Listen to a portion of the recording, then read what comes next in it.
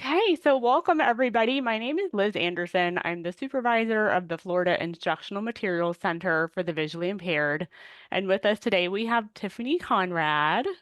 She is our coordinator. This is the first part of a three-part webinar series that we do every year, addressing services that we provide, information about our center, and things that are happening throughout the year. So for today, we have our welcome. We're going to share about our services and how to use them, including how to register students with us. And then we'll have our follow-up and questions, evaluation, and we'll be done by 10:30. So the second part of this webinar series, if you haven't seen that on our upcoming events page yet, is going to be on November 12th. That will primarily address the annual census. So if you don't know what those words mean, definitely join that webinar so you can learn about that process because the annual census is very important for us.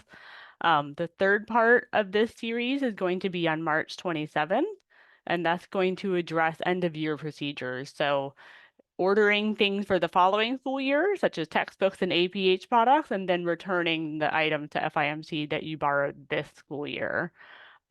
So before we get started and get into the serious stuff, let's do a question, type your answer in the chat. What is one fun thing that you did this summer?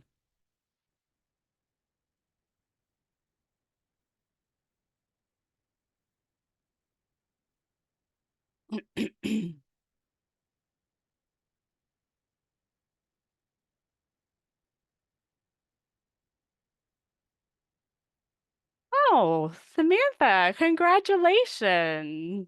That's wonderful. Samantha said she got married. That's exciting. That's a big milestone.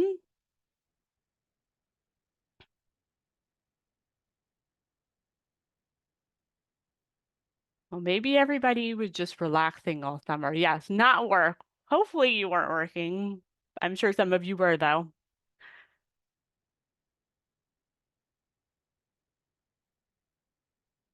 Lucia says that he got to hang out with 9-year-old son in Miami, had him for two non-consecutive weeks. Natalia traveled to Puerto Rico to visit family. That all sounds wonderful. Yeah, so I went on a road trip to visit family and friends, which was nice. But we at FIMC, we are 12-month employees. I don't know if everyone's aware of that, but we do work all summer as well. Andrea went to Cedar Point with her nephew. That's where all the roller coasters are. That is not my kind of thing, but more power to those of you who love that. Tiffany went to California for the first time. So lots of travel and fun with family. Jessica went fishing with her husband and caught the biggest fish. I love that. I Oh, probably that's wouldn't catch great. anything, I but wouldn't either. I caught a fish in Tennessee. That was fun. But I love hmm, that you caught the biggest fish. yes, that's Great. awesome. We have an angler in the audience. I think I used that word right. Okay, well, thank you all for sharing. And so welcome back to the new school year, 24-25, which means that we're, if you don't feel old yet, that means we're a quarter of our way almost through this century. Just sharing that little tidbit. All right, so let's go ahead and move on. So our objectives for the webinar today is that you're going to learn how to register students with FIMC, which students are eligible for products from the American Printing House for the Blind, and what services are available through FIMC and how to access them. We do offer in-service and or ACVREP credit for this webinar, including just about every training that we do. That's the case. So for this, I'm going to give you an opening code. You're going to write that down, and then I'll give you directions at the end of the webinar as to how to get a certificate that you can provide to your districts for them to approve and give you credit. The opening code for this webinar is register. Register. Oh, thank you, Tiffany. So the Florida Instructional Materials Center for the Visually Impaired, We are a statewide resource center for K-12 students who are visually impaired, and they can be enrolled in public school, private school, charter school, or students being homeschooled. We are located in the Hillsborough County Public School District. So that's where we're housed. We've been here since 1972, but we serve the entire state. We are an IDEA-funded state project maintained by the Florida Department of Education, Bureau of Exceptional Education and Student Services. So some other projects that you may be familiar with, but not realize that we're all kind of under the same umbrella are products like Fiddlers, SEDNet, Access Project, the RMTC DHH project for students who are deaf, hard of hearing. There's many more than that, but we are all IDEA funded state projects under the Florida Department of Education. Our vision statement is that we are striving for access and success at the highest levels for all students with visual impairments. And our mission statement is to promote the success of Florida students with visual impairments by providing free, high quality, accessible instructional materials in a timely manner, and providing teachers, administrators, families, agency personnel, and really anyone working with our students with resources and opportunities for training and professional learning, like what we're doing here today. And so this is our services that we provide, a very high level list here, but I'm going to go into each one of these a little bit. So our primary service that we provide is supporting districts in the procurement or production and distribution of accessible instructional materials. So our Braille and large print textbooks, we also have recreational reading materials in there, but that is probably one of the biggest things that we do with our center. And so we also do professional learning opportunities. So that includes webinars, workshops, online courses through Canvas, and other things like quality programs for students with visual impairments. And I'll go into some of these some more in a little bit. Volunteer services for Braille. So the Visual Aid Volunteers of Florida, they do help us with some of the things that we do, but we also do try to connect them with districts who maybe need Braille support. Those are the volunteer Braille transcribers. So if you would like to be connected with one of those individuals, or you have maybe paraprofessionals in your district who are wanting to learn Braille, become a Braille transcriber, they could be really helpful with that too, in helping somebody go through the course to become a certified Braille transcriber. So they are a great resource for us here in Florida. We also offer American Printing House for the Blind product. So we work with APH to provide tangible teaching materials that are free to districts if the students are eligible for those materials. So we'll go more into detail on that as well. We have a loan library that houses a variety of items. The primary things that we have in there are things like assistive technology, curriculum for teaching various areas of the expanded core curriculum. We have professional materials, assessment kits for students if they need a psychoeducational assessment. We'll share more about that in a little bit. We have student and family events. So and now it seems like this keeps going, oh, sorry, I just looked in the chat, so it looks like the link is not working for the handout. Yeah, we'll get that fixed. Um, so we have 4 different events going on every year for our students and families. So the first one is the Florida Regional Braille Challenge.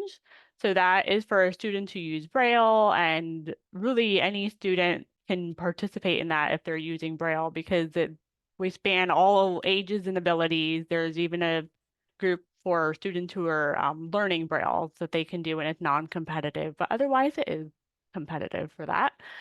We have Florida Cane Quest for our students who use a white cane. Oh, and sorry, so Braille Challenge, there are 4 of those around different parts of the state. And then Cane Quest, there is one of those events every year, and that always happens in Tampa, where we're located. And then we have our FIMC at Family Cafe. So if you been familiar with FIMC for a while, you know that we had what we called Festival of Families, and that was a separate event that we did for parents of students with visual impairments. It was on like a Friday evening and a Saturday. Well, this past summer, we decided to go to Family Cafe and kind of incorporate what we would normally do at Festival of Families into Family Cafe. And we think it went really well, increased our reach. But so we plan to do that going forward. So if you have parents who want to go to something where they're networking with other families and, you know, an opportunity to learn about resources all over the state, that's a great event to make people familiar with. Um, and then the last student and family event is the Florida APH Abacus Math Bee, and that is the one that's coming up first. Can you remind me when that is, Tiffany? That like, did I catch you off guard? I was working on fixing the link. Yes, Thank it's you. October 5th, the October 5th. Abacus Bee in University of North Florida in Jacksonville. Yeah. So Mhm. that's the first one coming up. So go to our website, the student and family event page under upcoming events, and you can see information about all of these. We are always looking for volunteers for these to help out with them. You as the TVI, if you are a TVI, you don't have to be there, but we do ask that you pass the information on to your students and their families so they can participate. I mentioned, so I'm actually going to share a little bit of information about quality program for students with visual impairments on this slide. So if you're not familiar with that, this is a multi-year improvement program for districts who are willing to participate. You have to agree to this. The administrator has to agree to participate in this. And it's a type of technical assistance that we offer where we're helping you develop best practices and consistent practices in your district for assessing students and caseloads and all of those types of things. And then it's supposed to become just your way of work within your district. And you get free materials to help you with that, a whole variety of resources, example templates and things like that to use, even for things like permission form for using for community orientation and mobility. So if your district has not participated in that before, and that sounds like something that you're interested in, Sherry Hart is the one to contact about that. I know we have a wait list right now because we're a big state, right? So, but do reach out to Sherry if you would like more information about that. And let's see, the last thing on our slide here is the Print Braille Early Literacy Program. So this is an emergent literacy program for our students who are learning Braille. I'm going to give you more information about that later on in the presentation. Liz, can I share just a couple of things maybe about things that we're doing this year that might be a little new for people they might be excited about? Are they related to professional learning or? Well, just something that we Sue and I decided yesterday that we were definitely going to open up the workshops for parents all over. So those Hmm. the parent workshops that happen at the student and family events that Liz just mentioned so lovely in the past have really been they've been open to parents, all parents, not just parents of students who are participating in the student events. But we're going to really go gung ho and advertise those to all parents. So if you have families in the areas of these events, there's always a really great family workshop for parents to come and learn together at. And so we'll be putting out some different advertisement that's really just for families and for parents for each of these events and the workshops that occur kind of simultaneously while the events are going on. So just kind of be on the lookout for those because they're great opportunities for families to come and meet each other and learn together, you know, some interesting topics just for Mhm. them. Yeah, That's all. yeah, because we realize it doesn't need to be limited to those parents who have children that are Yeah. participating in the events. It really is for any of the parents that are in that area who Yeah. want to come and learn and network. So, Yeah. So we want to gather them all up. So help us mhm, spread the word if you would. exactly. Yes, thank you. Okay. So all of the things that we just listed and talked about are supported and completed and managed by our staff. Not all of these positions are filled at the moment, but this is in an ideal world, all of the positions that we would have. So our support staff, we have an accountant, we have a manager. So our accountant, Kathy Cagle, she's the one who manages our textbook ordering, student registration, annual census, and all of our money-related needs. Our manager one, Denise Battle, she is the one who is over shipping and receiving. So anything that goes out, anything that comes back in, our Brill writer, she does that. Um, our secretary, Diana Preslowski, she is the one who handles our print and braille early literacy program and all of our internal needs. Uh, our control clerk is Colleen Mulcahy. She's the one who processes our APH and loan library orders. So anything that you're ordering from those areas, you will be hearing from Colleen. We have accessible media producers. So right now we have one person doing that, Diana Moyer, and she produces a lot of our large print textbooks that we provide.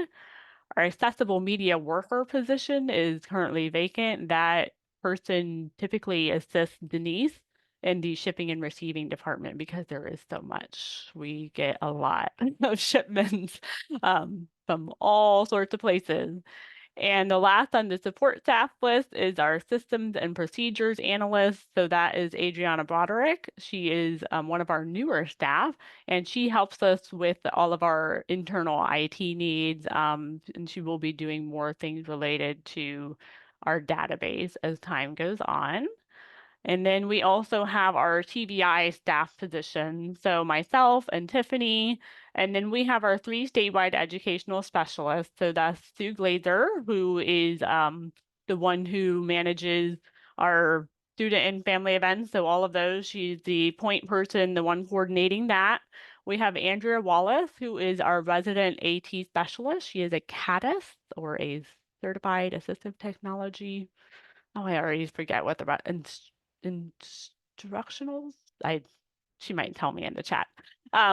But yeah, so she's one of our trainers and she is our specialist in AT, which is very important. And then Sherry Hart, she is our specialist who provides the training with quality programs for students with visual impairments. And then the last two here, Braille and Accessible Assessment Specialists, that's Kathy Kromplesky and Karen Reno. They oversee everything that we do to support the Bureau of K-12 Student Assessment and the development of Braille versions of all statewide assessments. If it's a district assessment, that's not anything that we do with, but for statewide assessments like the FAST and the BEST and statewide EOCs and the alternate assessment, we look at the Braille version every single one of those. All right, so before I continue, when you type in the chat, yes or no, or I'm not sure if you have used FIMC services before. So yes, no, or maybe you're not sure.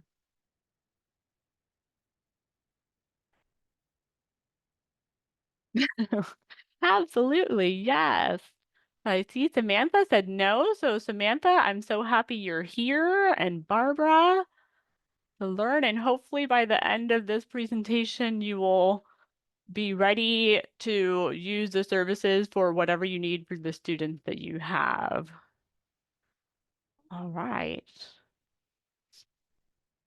Okay. Oh, and I do want to say one more thing before I move on. We are so our accessible media worker position is currently posted.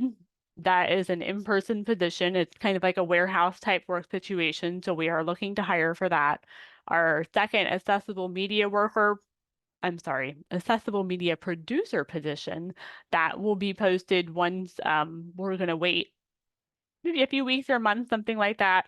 And that person will be helping with the production of textbooks and managing different things related to our textbook inventory. So we will be posting that. That's also an in-person position for here in Tampa. So if you know, those of you who are local to the area, if you know people who might be interested in that kind of work, you can go to the Hillsborough County Public Schools website and their job post board, and that's where you would find those things. And we might try to get those on our Facebook page too. We are going to be hiring an additional statewide educational specialists. Hopefully in the next few months, we're getting that process started to post the position, but that person will be helping with providing training in assistive technology under the umbrella of statewide assessment because there is lots of planning and meetings going on to make it so that our students who use Braille on statewide assessment can participate in the computer-based test and not have to get a separate hard copy Braille test. So as part of that, we recognize that we will need even more assistive technology training than we are currently providing. So that person would be doing a lot with that and also just assisting with statewide assessment with Kathy and Karen. Oh, thank you, Ruth. We really appreciate that. And that's what we're here for. We're here to support you and make your job easier and make sure you have what you need. Okay. All right. And so our website, the web address is FIMC-VI.org. If you haven't been there before, if you go to that homepage at the top menu, the bullets that you see here are the options that you have. And so some of these I'll be referring to as we go through the PowerPoint, but just to kind of orient you so you know what am I going to find if I go to these different sections. So services, this is a description of all the services that we provide. And there are some links throughout there. Pretty much everything that I mentioned on the previous slide is going to be there. Including eligibility and links to forms to request things throughout that page, including there is I think within the past 6 months, we added a loan library page, a separate loan library page. So you find that link on the services page.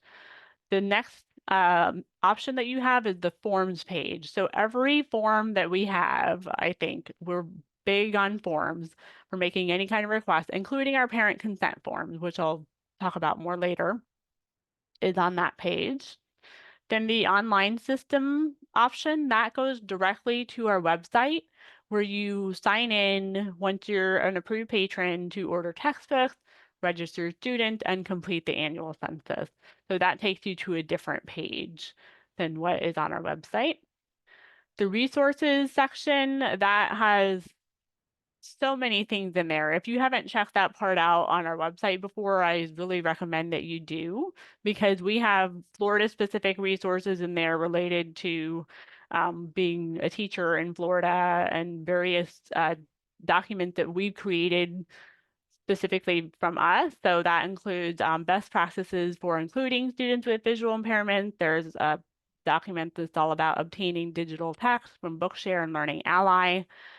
So do check that out. And then there's just things related to eligibility and assessment, instructional resources, resources for family members, for Braille transcription. So there's a whole lot there. So check that out. The upcoming events section, that's where any upcoming events that we have and they're scheduled and on the books, or even just information about student and family events, that's all there. The past events page, that is where anything that was recorded, we put on that page. And most virtual events that we present are recorded. We will tell you if it's not going to be recorded, but if they are, then they go on the past events page of our website. And then the last section is our contact us page that lists all of our staff that we have and then our contact information.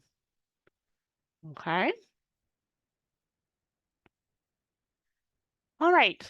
So professional learning. So Tiffany, I kind of talked about some of this already, but we have Tiffany Conrad. So she is our coordinator and she oversees professional learning. And then Andrea, Sherry, and Sue are the ones providing those professional learning opportunities with Tiffany.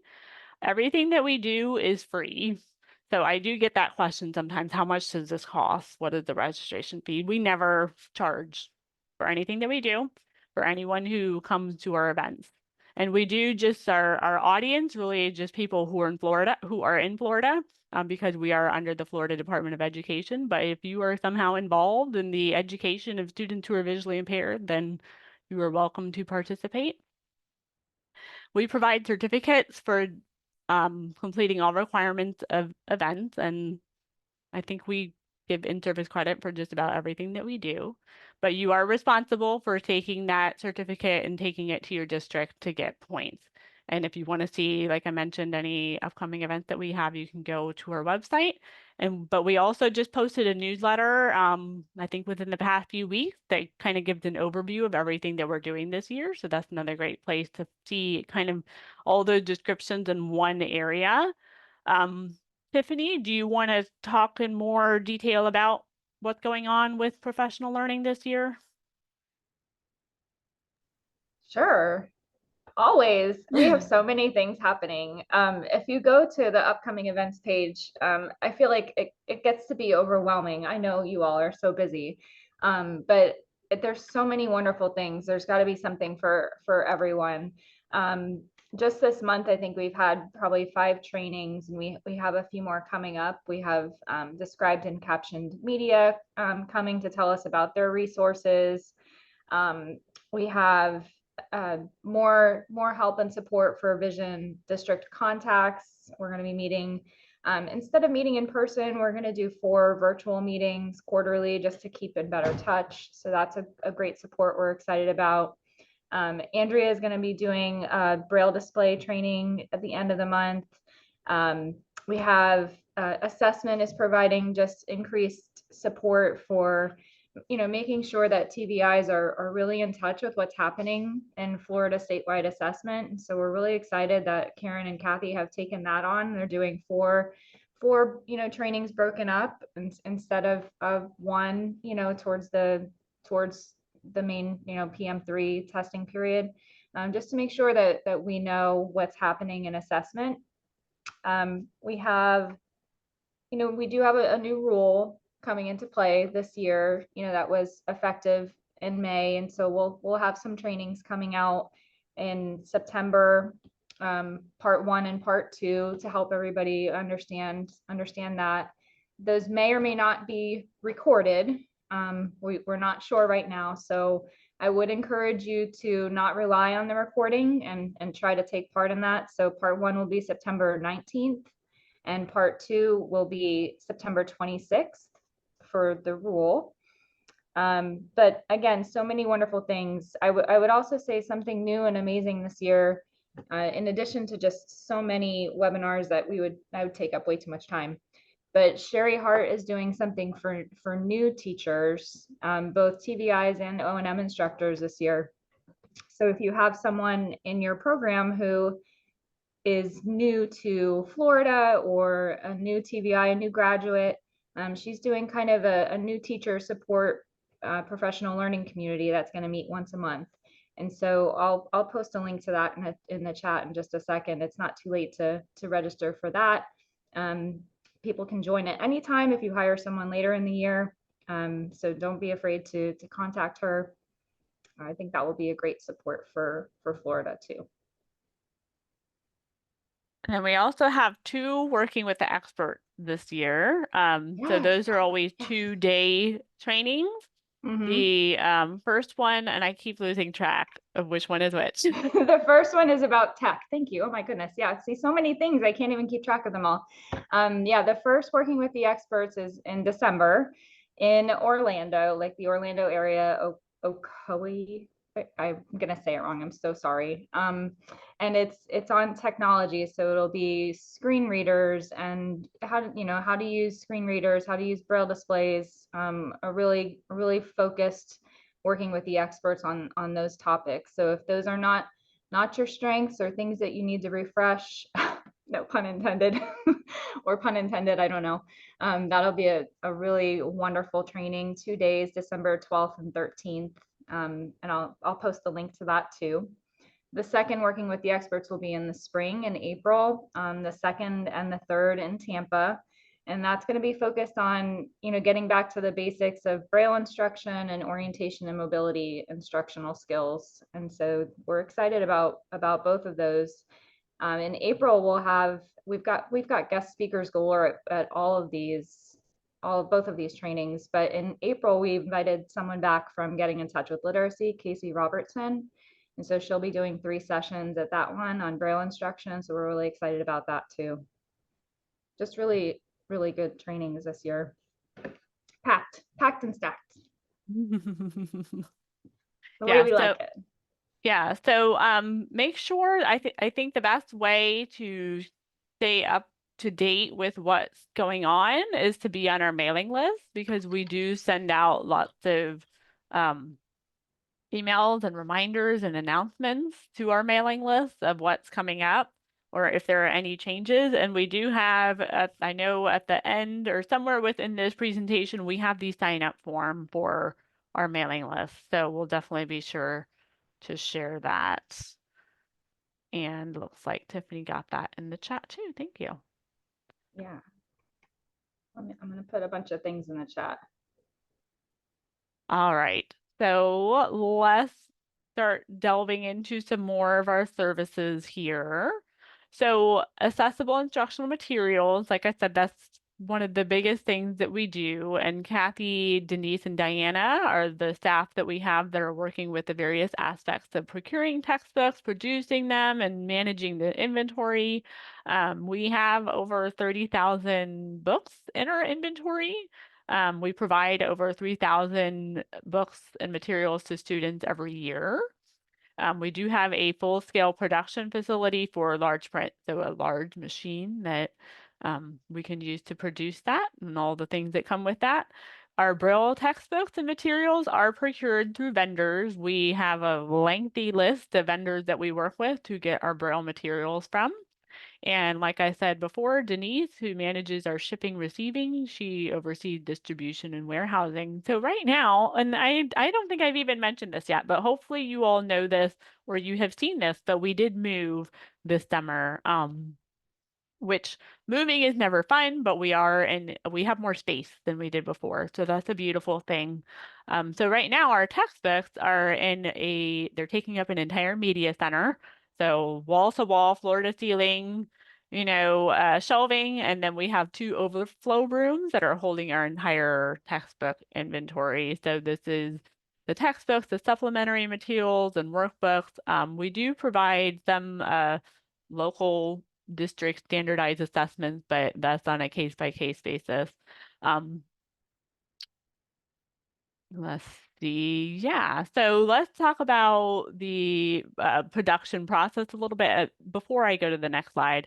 If you're not familiar with how we do our textbooks, we do not produce textbooks until somebody comes to us and asks for it. So if it's a new transcription or even if it's a book that's been around for a while and nobody else has ever asked for it before and nobody else in the country has ever produced it before, that's when it's going to happen is when you come to us and ask us for it. So we don't look at the state adopted list and work from that and say, okay, what did the state adopt and now we're gonna make all of these into Braille or large print. That would just be too cost prohibitive. We would be making too many things that would never be used.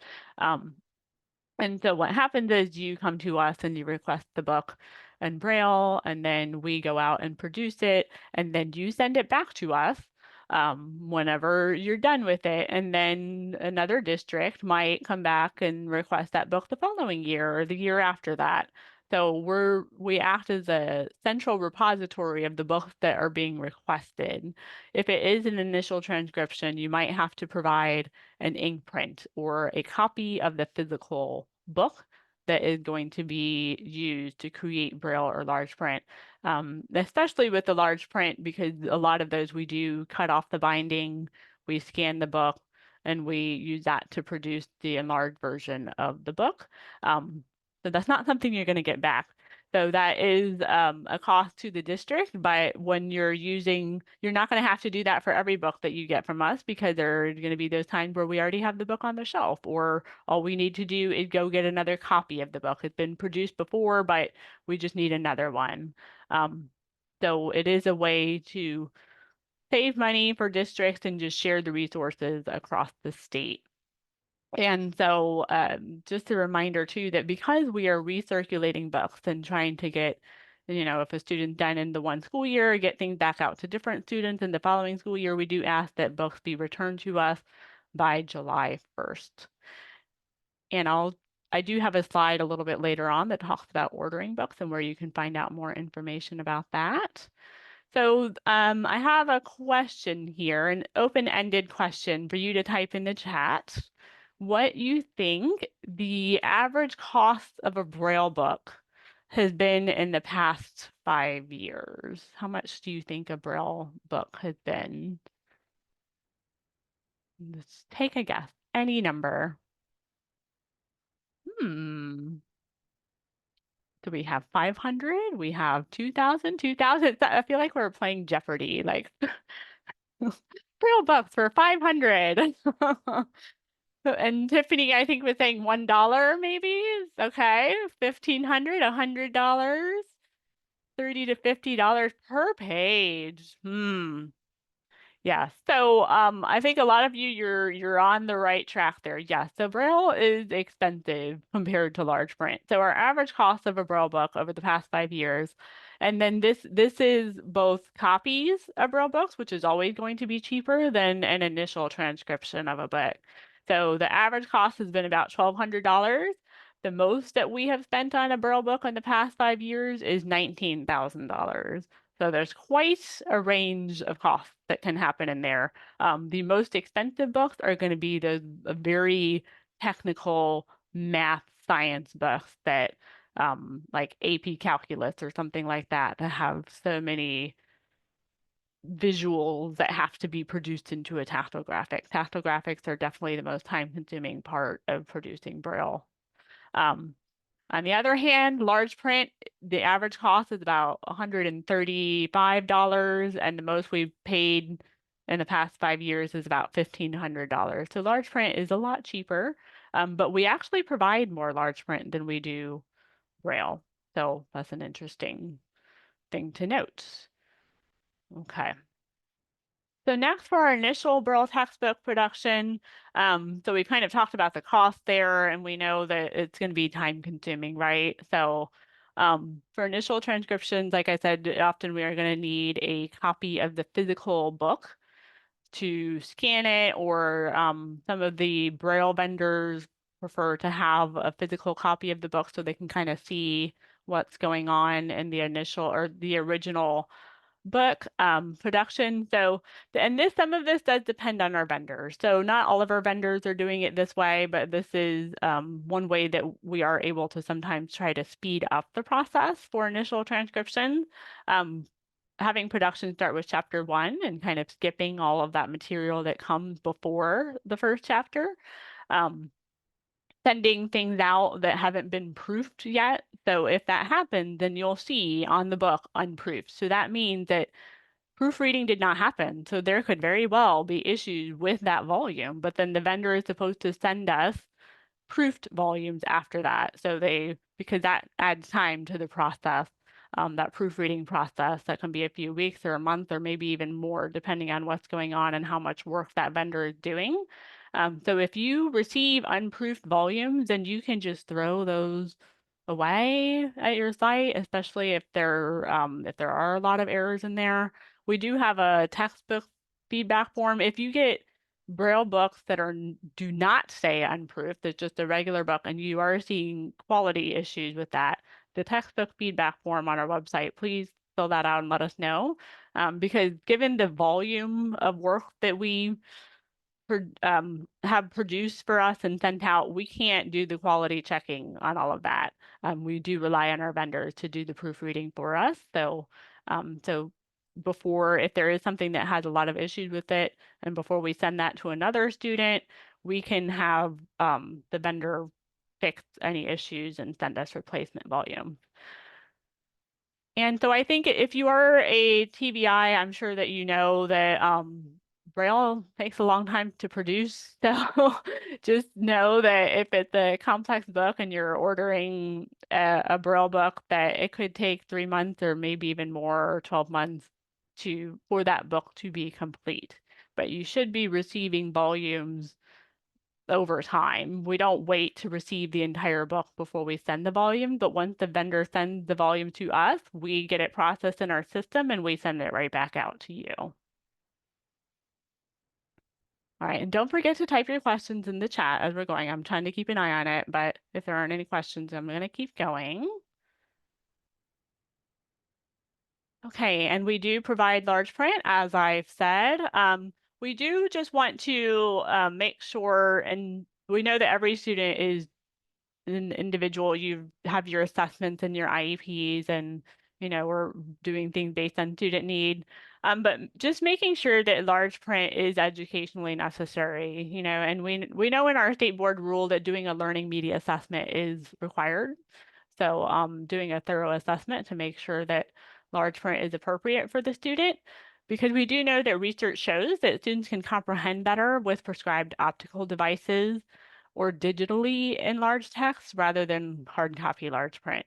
And just the fact that, um, and actually, so we had the Florida Low Vision Initiative do a webinar for us a couple weeks ago, and they're another project, kind of like us, under DOE that is a great resource. So they provide low vision evaluations and services for students who are reading through the age of 14 who may benefit from low vision devices. So I have their contact information at the end, but in that webinar, Kim talked about how, and Kim Roberts is their project manager, how when a student is using large print books and not using devices, they're relying on other people to give them access. Whereas if they can use their devices, then they can independently gain access to whatever they want to have access to. Because we know large print is not something that is generally available out in the world. So just be mindful with that. But if a student does in fact need large print, then you can order that through us.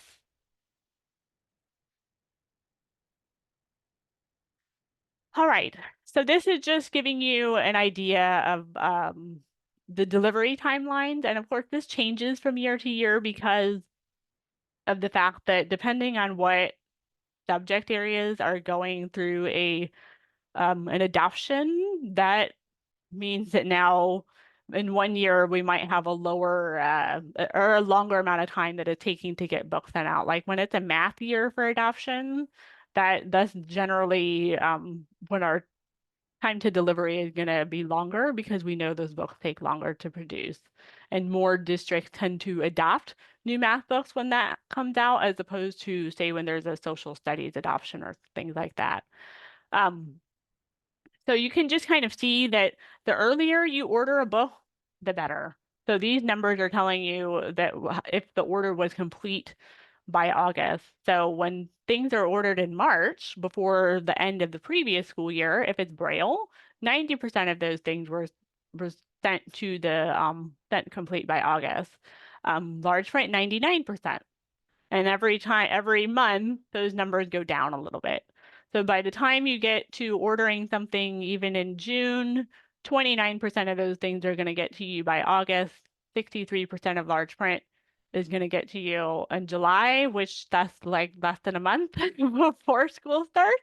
Only 12% of your Braille orders are going to make it to you. And those are going to be the things that are already on our shelf. So it really just depends on if it's something that's on our shelf, if it's ever been produced in Braille before anywhere, or if it's going to be a brand new transcription. Um, we do have, uh, if you're familiar with us, if you've been in Florida for a while, you know that we have a prison Braille program that we started here in Florida a few years ago. So we at FIMC helped get that program started, and there are actually 25 men in that program now. I think there are 18 men who are certified Braille transcribers in there. So they're doing some projects. The trick is that when you're producing Braille textbooks, you really need to have format certification. because Braille formatting is very important for students for things to be done consistently so they can find things and they know what they're looking at. So they are working on format certification, but and they also, the big part of that is tactile graphics and then UAB math science. But they will be over time producing more and more things for us, and we're hoping that will help with the timeliness of getting Braille textbooks produced. Because we especially want them to focus on UAB math science because that has traditionally been fewer Braille transcribers being available to produce that as opposed to Nemeth, although that has been changing over time. And let's see. Okay, I don't see any questions. So, ooh, did my slides just jump forward? What happened there? Okay, there we are. All right. So for accessing FIMC services, and this is for a lot of what we do, this is what's going to happen. So in order for teachers, district, or agency staff to register students with us, and include those students in our annual census, order Braille and large print textbooks, or order APH products, then you have to be approved as a patron by whoever. If you're in a district, it's going to be the ESE director or their designee. If you're in an agency, it's the agency administrator or their designee. Whoever is kind of like the head of your organization that you're in, or whoever they've said this person can do this for me, they need to fill out the staff authorization or removal form. And then we get that and we see, okay, this person needs to be approved to get an account so they can sign into our online system, do these things, and then we generate the account for you and send you your login information. And so once you have that login information, you can sign into the online system that's on our website and then get in to register students, order Braille and large print textbooks, and to complete the annual census when we're at that time. The staff authorization or removal form is on the forms page of our website. Okay, and I didn't mention APH products when I talked about the online system because APH products are ordered using a separate form that's found on the form page of our website as well. And I'll talk a little bit more about APH products in a bit. Okay, so let me talk about, we're going to talk about registering students with us. So before I move on, can you type in the chat if you know any of the requirements or things that need to be done before you register a student with us, or what information maybe you need when you register students with us.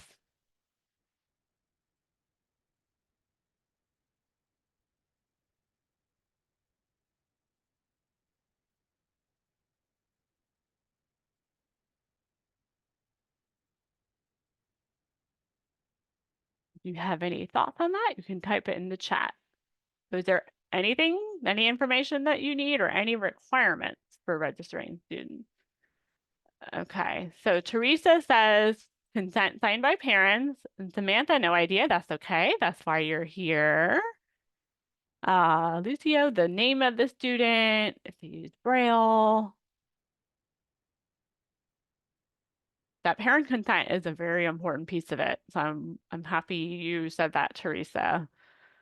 Primary, secondary media.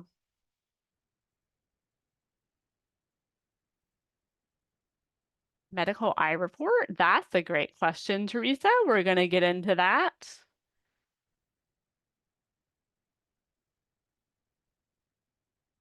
All right. So we have some ideas here. So we're going to go through the whole process so everyone's on the same page. All right. So registering new students with FIMC, this has to be completed before you order materials for that specific student. Whether you're ordering textbooks, APH products, or there are even some loan library materials that the student needs to be registered with us for, like assistive technology, some of our consumable materials, and the assessment kits that we have in the loan library. So really every student should be registered with us as long as you have that parent consent that Teresa mentioned. So at the bottom of the slide here, you see that the parent consent should be signed. We have the forms available in multiple languages on our website. If you go to the form page of our website or the link on this slide, you can find those, download it, print it out, have the parent sign it when you're at the eligibility meeting or an IEP meeting. And you keep that form on file in your district. You do not need to send that to us at FIMC. So that's something that you all keep at your sites. Maybe in the student cum folder, that would be a great place to keep that. And you only have to have that consent form signed once. So as long as the student stays in your district, if they come in kindergarten and you get that consent form signed and they never go anywhere all the way through 12th grade, you still have that one consent form and you're good. You don't have to worry about it. If the student leaves the district, say they move from from Miami to Orlando, and then they move back to Miami, when they come back to Miami, you have to get that consent form signed again. Okay. And this is all part of the requirements from the American Printing House for the Blind because the APH requirements are a lot of what is driving what we're doing as far as student registration goes. Okay. You can register students with us at any time throughout the school year. So you don't have to wait until, if you're familiar with annual census, that's done in January. You don't have to wait till January to do that. Or if you don't do it at the beginning of the school year, if a student enrolls in October, you can register them at that time. A student should only be registered with one organization that receives APH quota funds. So in Florida, we have several organizations that receive APH funds. So FIMC, the Florida School for the Deaf and the Blind, and the Miami Lighthouse. And then DBS does have an account, but I think it's a very specific, unique situation. I don't think any of you here would be serving students that are in that. Um, but because we can't have overlapping of a student can't be counted twice because of the way that system is set up. So just be mindful of that. You do need to have a medical report, but the requirements on that are pretty loose now. So I'll talk a little bit about that in some of the upcoming slides.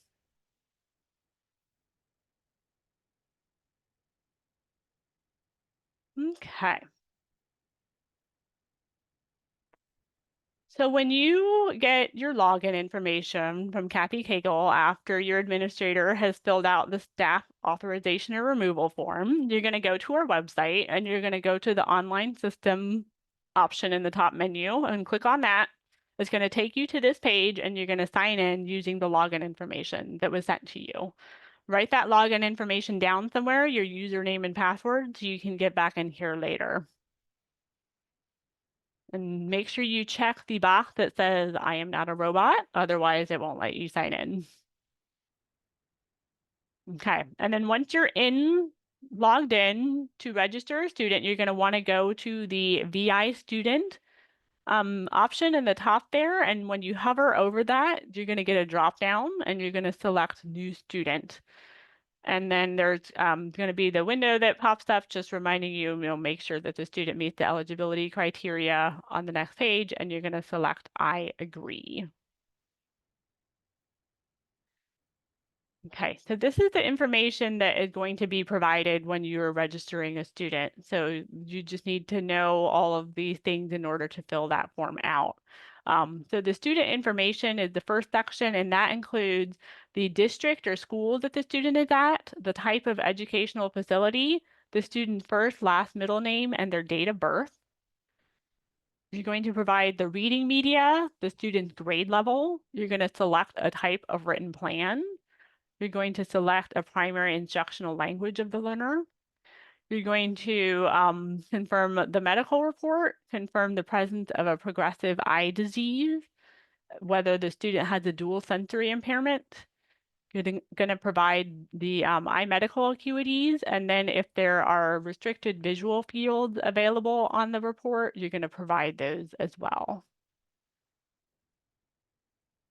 So this is what the page looks like when you go to what loads when you see the new student. So every field that has a red asterisk over on the left is required. And then on the right, you'll see the words in blue, district help, edu facility help. If you click on those, that will go to a help menu.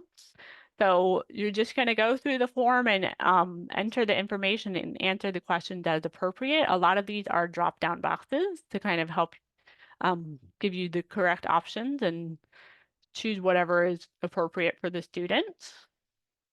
So this is most of the form. This next slide is showing the bottom part of the form, and you'll see that I highlighted the current iMedical report. So that section is still there, but you don't have to have an iMedical form that is less than 3 years old. That was changed by APH. So that is not something that you need to check anymore. Don't worry about that. You can leave it unchecked and you will still be able to submit the form. Um, You'll see that the box is there for students with progressive eye disease and then dual sensory impaired. Check that if the student is dual sensory impaired. And do make sure for those students that you are working with the Florida and Virgin Islands Deafblind Collaborative, because there is a separate federal census for students who are dual sensory impaired. And we really want to make sure they're part of that and also getting the services and resources that Bobby, the Florida Virgin Island Deafblind Collaborative, has to offer because they do a lot of wonderful things too for those students. Okay. And then you're letting us know if you have parental consent and whether you agree or disagree. And then if you don't agree, I'm pretty sure it doesn't let you submit. So all right, so now let's go into detail on the different fields that are in the form. So district and type of educational facility. So the district should be there based on the district that you are associated with. If you are with multiple districts, you might see a list there, but it should be defaulting to the district that you are associated with. The type of educational facility, if the student is in a public or charter school, that's going to be public school. If the student is in private or homeschool, that should be private school. Okay.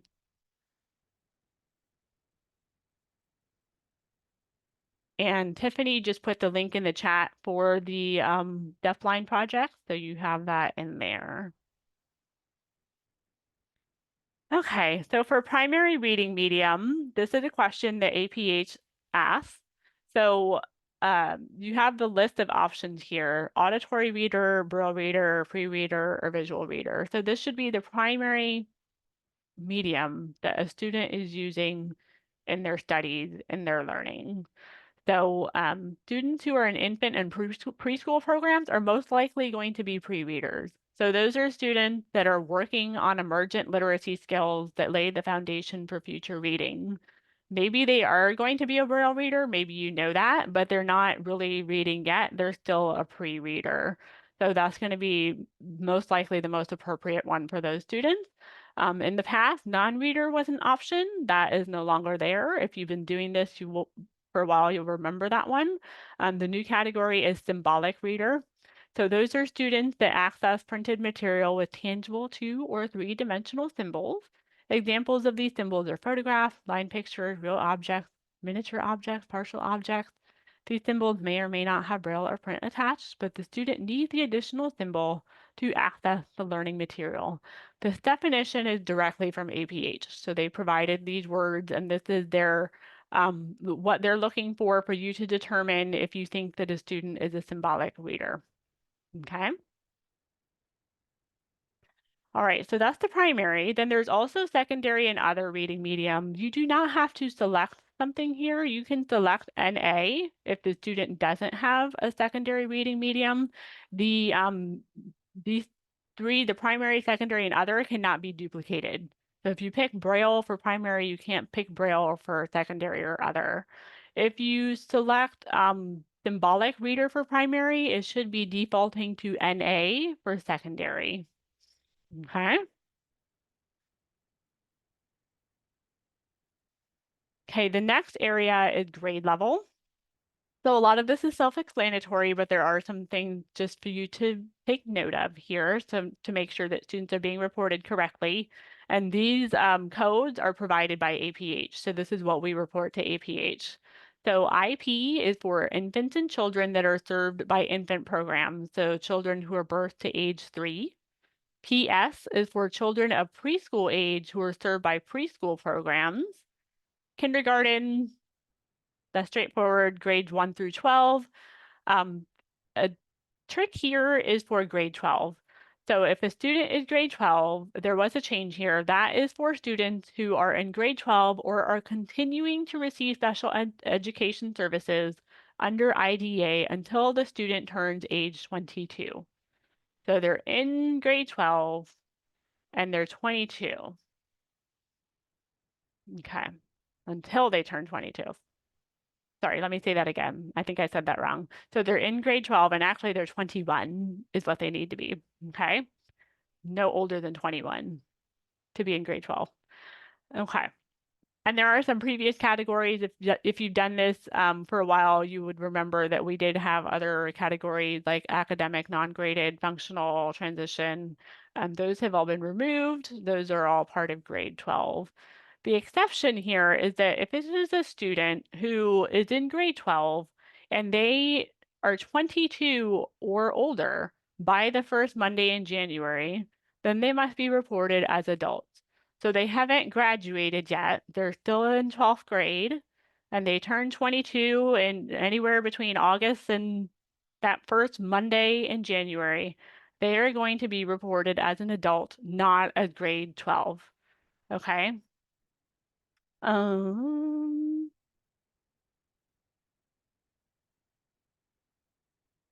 all right, Lucio, I see you have a question. So if there's a pop-up on the form as you're going through it in yellow that highlights this information. I'm not sure what you're referring to.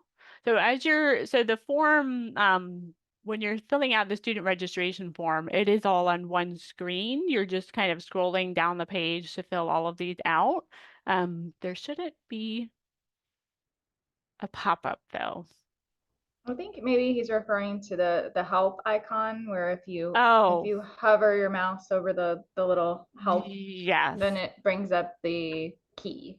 yes. Mhm. Okay. Yeah, thank you, Tiffany. Yes. Okay.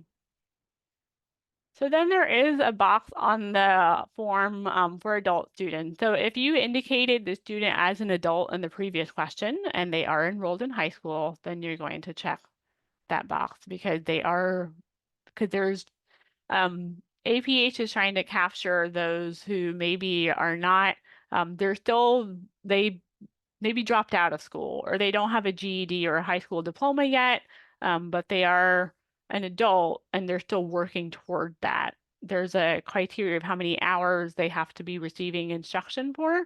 So our students they're going to meet that because if they're still in high school and they're an adult, then we know that they're getting 20 hours at least of instruction per week. So you check that box.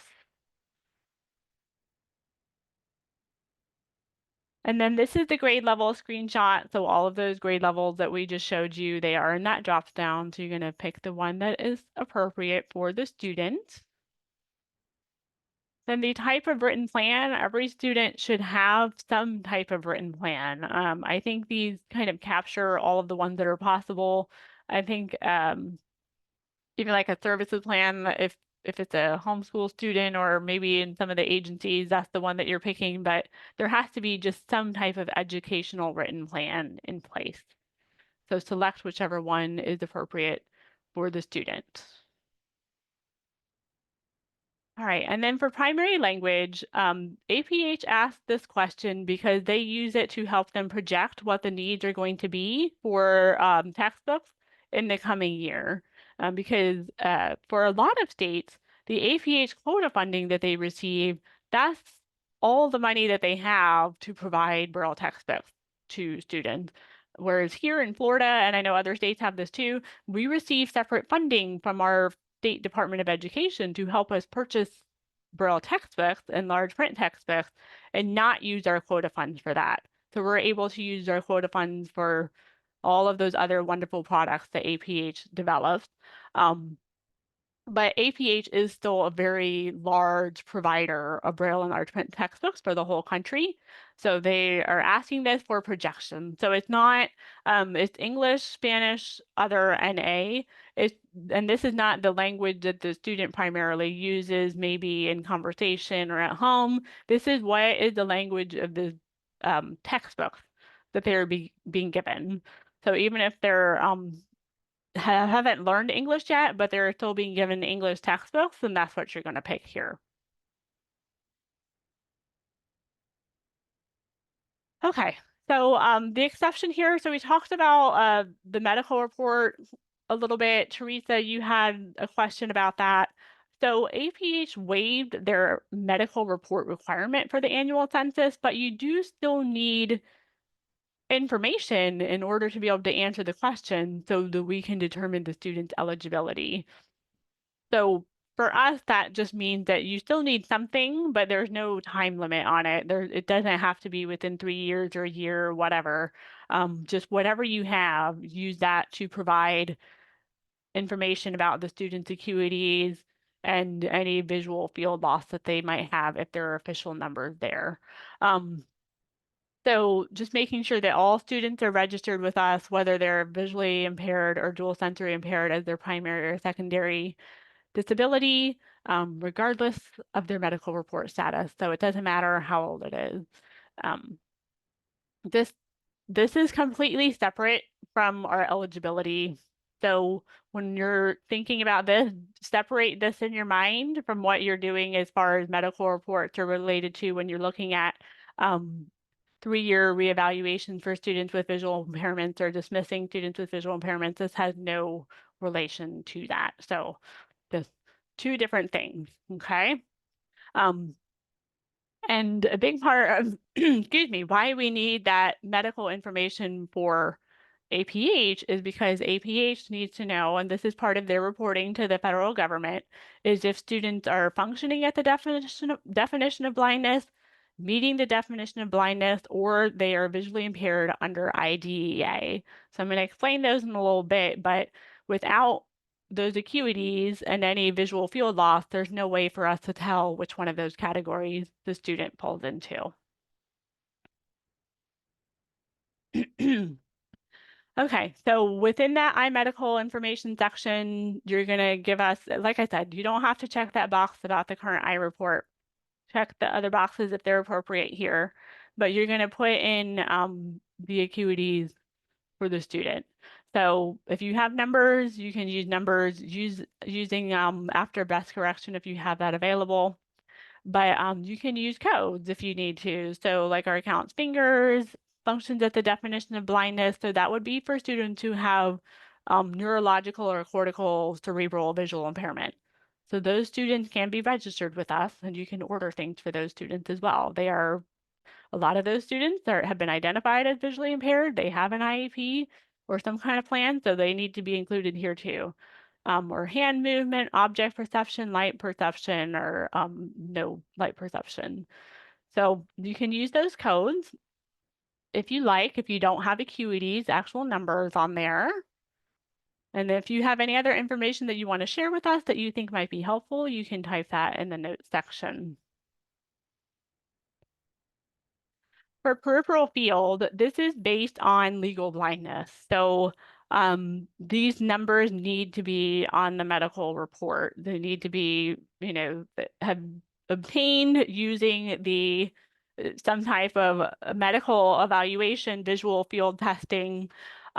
So you're only going to select numbers here if you have them, because this is especially important if we're looking at students that don't meet the definition of legal blindness with their acuities, but they do with their visual fields.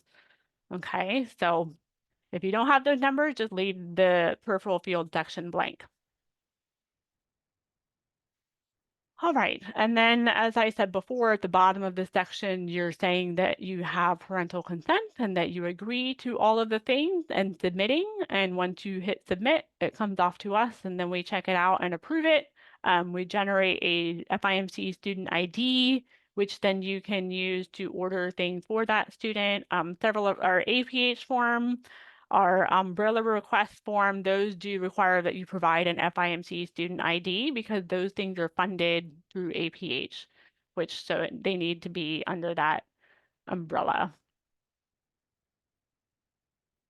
So when you're in the online system and you're that area where you had VI student and the drop down with new students, you can go to view status and that shows a list of students that you have registered and their student IDs. So that's where you can find those numbers. If you need to update a student, so their grade level has changed, their acuities have changed, anything has changed, you can go back in and you can update that information at any time except for when we go into annual census. We do have you update it, and then if things are updated during that time, then it's locked and you can't make any changes unless we unlock it for you. So we have to do like a workaround. But generally speaking, you can go in and edit student information just about any time throughout the school year.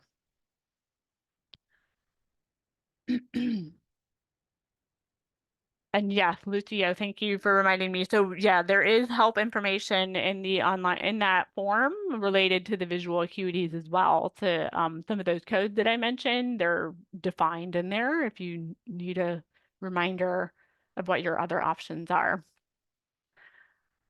Okay, so before I move on, because we're going to talk about, I'm just going to share some brief information about ordering textbooks, but I do want to ask when, and you're going to type in the chat, when you should order textbooks from FIMC. So your choices are A, 3 months before the book will be needed, or B, once you have the student's complete textbook list, or C, as soon as you know the title and ISBN for the needed book. And I wish I could copy and paste this into the chat, but I can't copy from my things here. Let me see if I might be able to figure this out.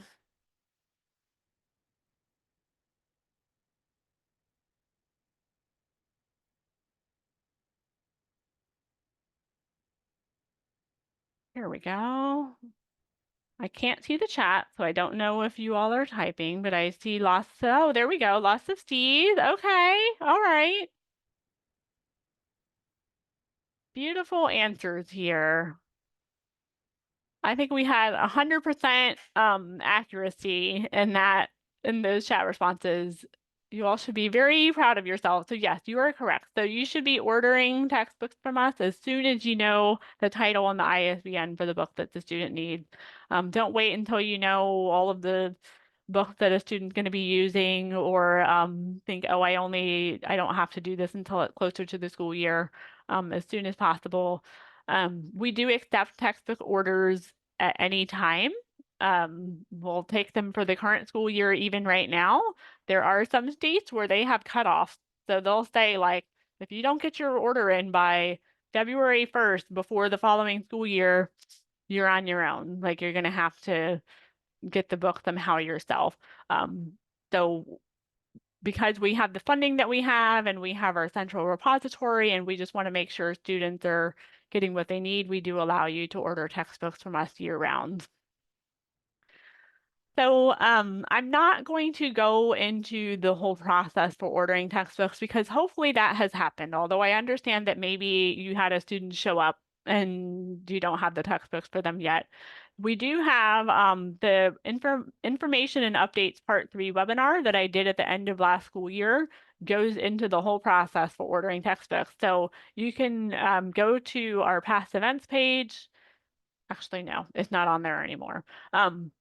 Go to our YouTube channel. I think it's still there, but yes, it should still be on our YouTube channel, or you can go to this slide deck. Once you get to that link, find this slide, go to the webinar and the handout, or you can watch the webinar or just refer to the handout. There's screenshots, just like we have here, of how to register students. It's the same thing for ordering textbooks. So you can go through and follow the steps for ordering textbooks from us. You're going to the same place that you go to register students, that same online system. You're just going to a different menu within there. So the information in that PowerPoint is going to go over special order requests. So that's referring to when it's a book that not available anywhere yet. So we don't have it. Nobody else has produced it. Like we're going to have to go have it made. Ink print request. So that's for those special orders where now we need you to send the physical copybook because we don't have access to it. You can check your order statuses in there. You can also renew and reassign items. So to find out more about all of that, if you do need books now and you're not sure how to order textbooks, refer to that. And of course, do reach out to me if you do all that and you're still running into issues and not sure what to do. We are, because this is a repeating three-part series every year, we will be going back over this content again at the part 3 of this series on March 27th. So if you want a refresher, you can come back and join us in March. Okay, so APH materials. So to give you some background, we do have, so the American Printing House for the Blind was created back in 1879 by Congress because they passed the act to promote the education of the blind. So this designated APH as the official supplier of educational materials to all students in the U.S. who meet the definition of blindness and are working at less than college level. As the supervisor at FIMC, I am an ex officio trustee of APH on behalf of the Florida Department of Education. So we get a pot of federal quota funds to order the products from APH for students who are registered with us who are eligible. So this slide is just an example of some of the products that APH offers. So they have Tactile Town for orientation mobility. That the latest price I saw was about $580. Building on Patterns is a Braille curriculum that is about $1,200 for the pre-K version. The LED mini light box that you see is about $300, and the Joy Player on the slide is $350. So we receive a set amount of money per student. So, and because that money is split across every organization across the country. So as money is spent by teachers, that depletes our account that we have with APH. So our spending can be, we can go through things quickly depending on what's ordered by you all. So given that, just be mindful of making sure that you're spending judiciously. So there are a lot of kits that APH has, and you might be able to just order the replacement parts for those kits. If you go to the kit site, it'll show you like the replacement pieces. You can check with other people in your district if they have something that you're looking for. We have an APH product swap meet on our Canvas site, which I don't think we talked about, but I'm not going to go into that one today. I think I'm going to run out of time for that. But we do have a Canvas resource site that you can sign up for. And then we have a discussion board that's on the APH product swap meet there. Use the APH website for the current status of materials because sometimes things are out of stock or they're on back order. We do not, most APH technology, we do not allow you to order from us. So, but you can borrow them from the loan library on a trial basis. So you borrow, you try it out, and then you have your district go purchase the technology. The assessment kits, a lot of the ones that APH has, we ask that you borrow those from our loan library as well. So that's like the Woodcock Johnson, the RAT5, the Key Math, the BAME, and the Brigans. And the APH order form is on the form page of our website. One thing I do want to say with APH ordering, so if you have a student who's in your district, if you're a district staff member, and that student is also being served by an agency, like outside of school hours, like they're in a transition program or something like that. If there is something that maybe the agency is thinking would be helpful, they need to work with the student should not be having things ordered from 2 different organizations for them. If they're in a district, then the TBI needs to be the one responsible for ordering, and you might collaborate with those agency people and say, oh yes, this is something that we could work on and get for the student to use through the agency.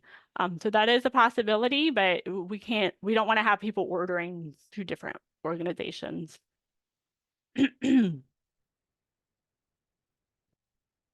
Okay, so the criteria for federal quota funds for students to get APH products. So like I said before, they have to meet the definition of legal blindness. So they have to meet one of the following. So either that definition of legal blindness, 2200 or less in the better eye with best correction, or peripheral fields of vision no greater than 20 degrees, or they function at the definition of blindness. So that's our students that have cortical, cerebral, neurological visual impairment. So their visual performance is reduced by brain injury or dysfunction. And that's determined by an eye care specialist or a neurologist, or they have to meet the definition of visual impairment in IDEA. So any student that, if they're not legally blind or they don't have CVI, then and they have an IEP for visual impairment, then they're going to fall into this third category. They're going to meet the definition of visual impairment in IDEA. The other criteria that APH has is that the student has to be enrolled in a public, private, nonprofit educational program of less than college level. Students in homeschool programs should be meeting the Florida guidelines and procedures. You must have a written educational plan. You must be enrolled with the registering school or agency on the first Monday in January.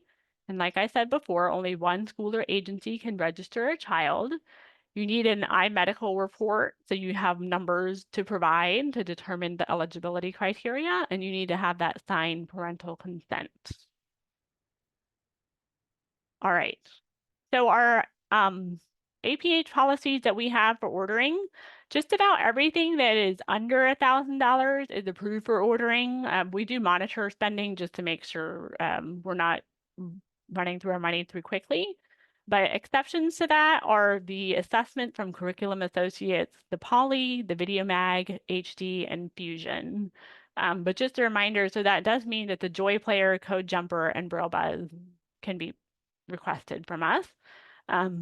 Things that are over $1,000 that are generally approved and will really always approved typically are Perkins Braille Writers, which you're going to order through our Braille request form and are building on patterns pre-K.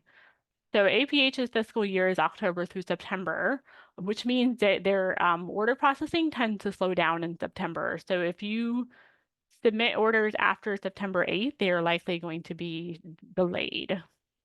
Okay, so you'll notice that based on what's on this slide, this means that you can order Zoom Text and JAWS from us.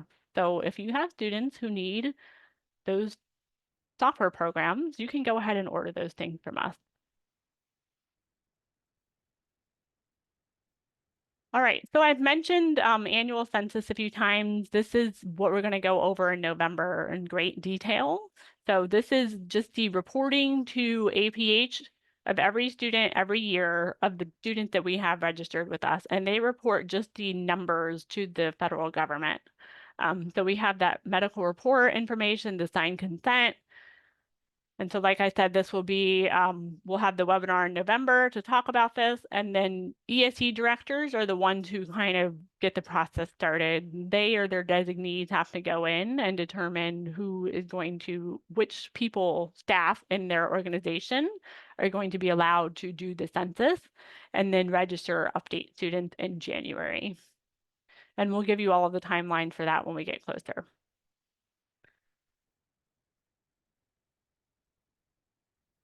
Okay. So Perkins Braille Writers, like I said, we do provide those. You're going to use the Braille Writer Repair or Request form, which is on the form page of our website. If you need a repair, you're going to fill out that form. You're going to get a confirmation email after you submit it. You're going to print that email out, put it in the box with the brailler, and ship the brailler to APH via Free Matter for the blind. If you need a replacement brailler, that you can fill out the form again and ask that a brailler be sent to you. The braillers that are sent for repairs are not going to come back to you.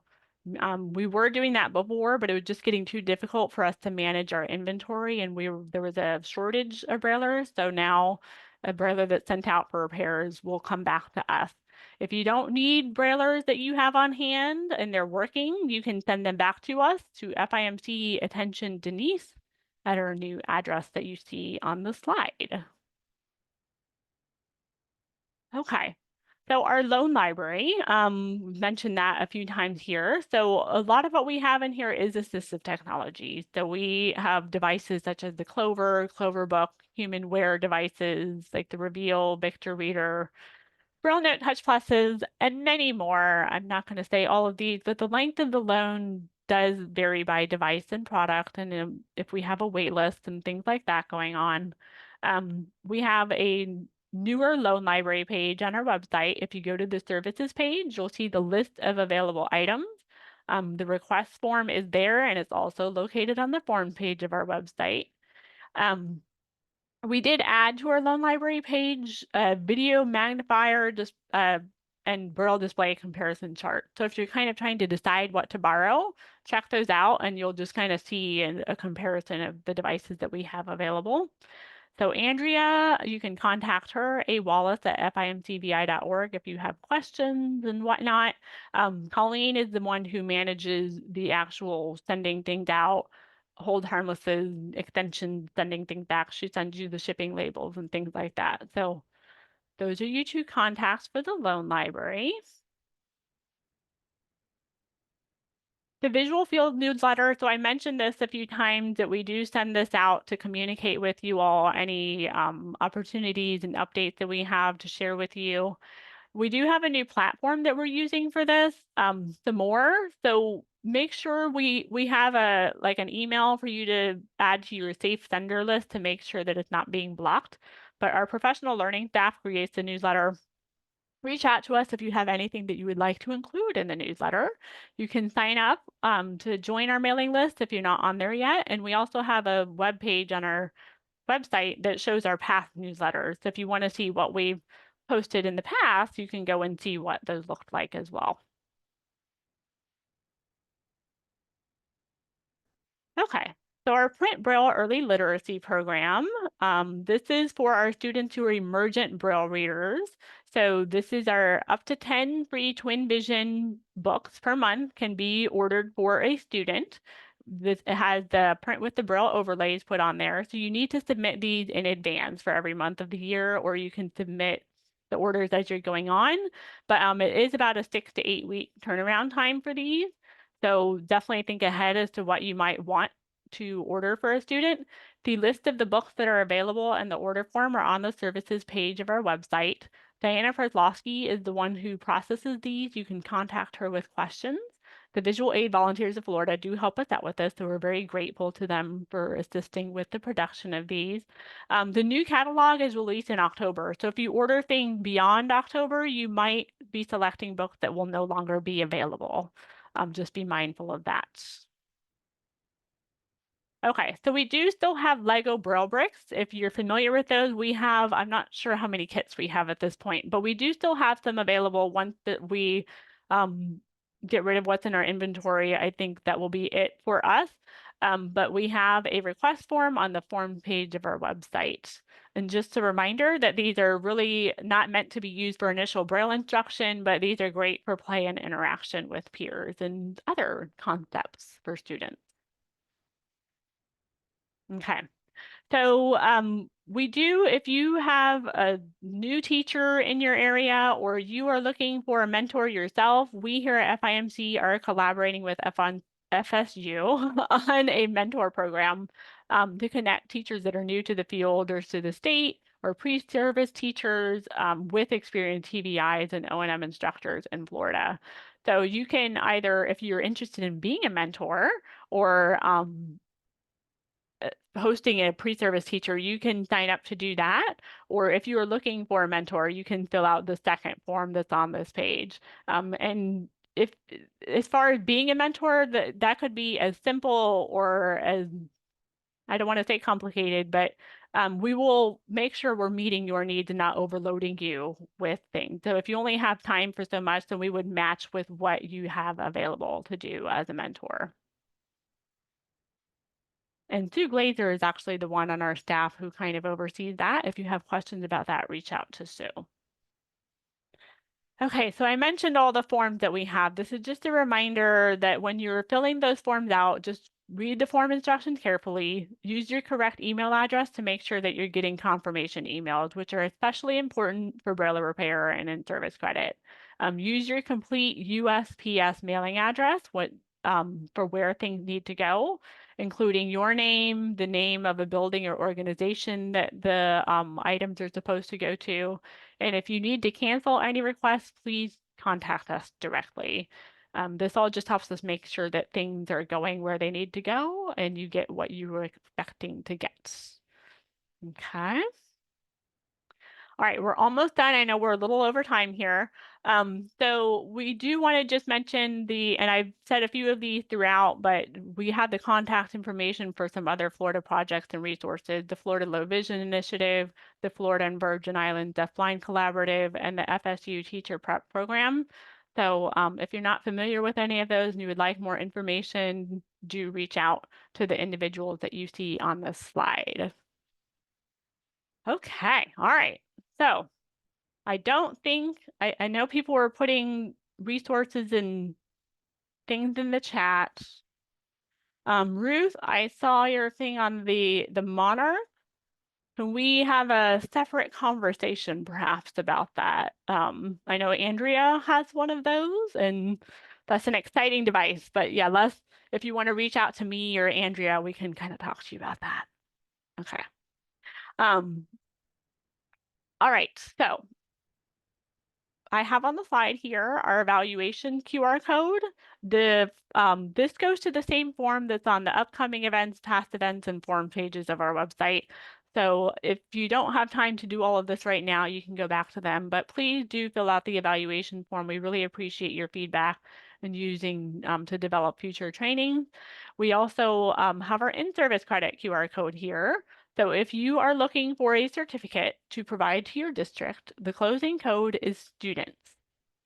Students. Okay. So when you fill the form out, the in-service credit form, which is also on upcoming past events and form pages of our website, you will receive a certificate in your email. If you don't receive that certificate within a few days, email us and let us know because it got lost somewhere. Okay. All right. Hopefully that link works for you, Samantha. All right. I'm going to leave this here for a moment so you all can grab, well, maybe this isn't, I wonder if this is working for anyone or if it's broken. But Tiffany has put the links in the chat as well. So I'm going to move on to the next slide here, our last slide that we have. All right, so my contact information, eAnderson@fimcvi.org. You have our physical address here in Tampa, our new address. We have the same phone number that we had before. Our fax number did change when we moved last time, if you ever need to fax things to us, which I don't think very many of you are doing. We have our sign-up form. I hope that's the updated sign-up form for a newsletter from the time that I made this slide. That might have changed. I'm not sure, Tiffany. But that sign up form is also on the form page of our website where you find all of our forms. So please do fill that out if you're not receiving our newsletter or other email communication. And you have our website and our YouTube channel. And that's it. I am going to, let me stop the recording if I can find my buttons here. Oh,